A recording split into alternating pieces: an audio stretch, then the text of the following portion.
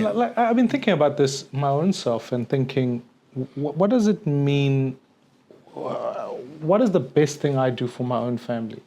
All of us come from different contexts, all of that.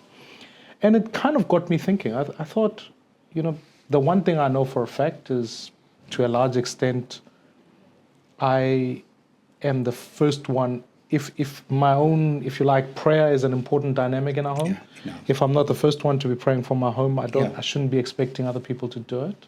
Absolutely. I think, but part of that is demonstrating power. I think we've seen the idea of masculinity being denigrated. Yeah. But we not all masculinity is toxic.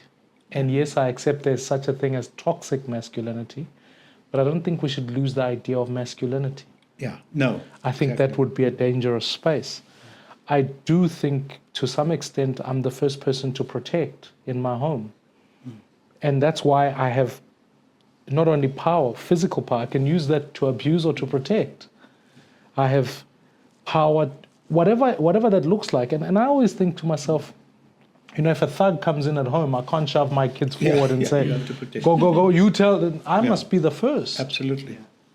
And then the more contentious one is often the idea of provision, which you use the 4 slices idea. That's right.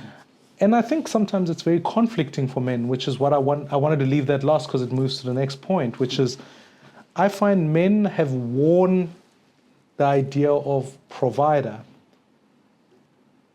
And sometimes they become, it becomes confusing when women step into that role. Yeah. And I'm not suggesting that women should stay at home and look after kids, please. No. That's not what I'm saying. No. But it does become a very interesting one for men to think through, what does the idea of providing looks like? Because equally so, there's a system of capitalism in the world, and that is beginning to show some real effects on men. Because you're finding, let me use this analogy. I was in the Northern Cape speaking to the community there, and it became quite clear to me that many men had lost their jobs. Yeah. And the identity being wrapped out in this idea of provider, when they were without work, I could quite see what stress that put them on. I could quite see, when I think about it today, I think about my own son, I think about my own girls. I would rather not have shoes than watch them suffer. Absolutely. And therefore, I can't imagine the double stress that comes with if you don't have a job. Yeah. And we're living in economic context right now.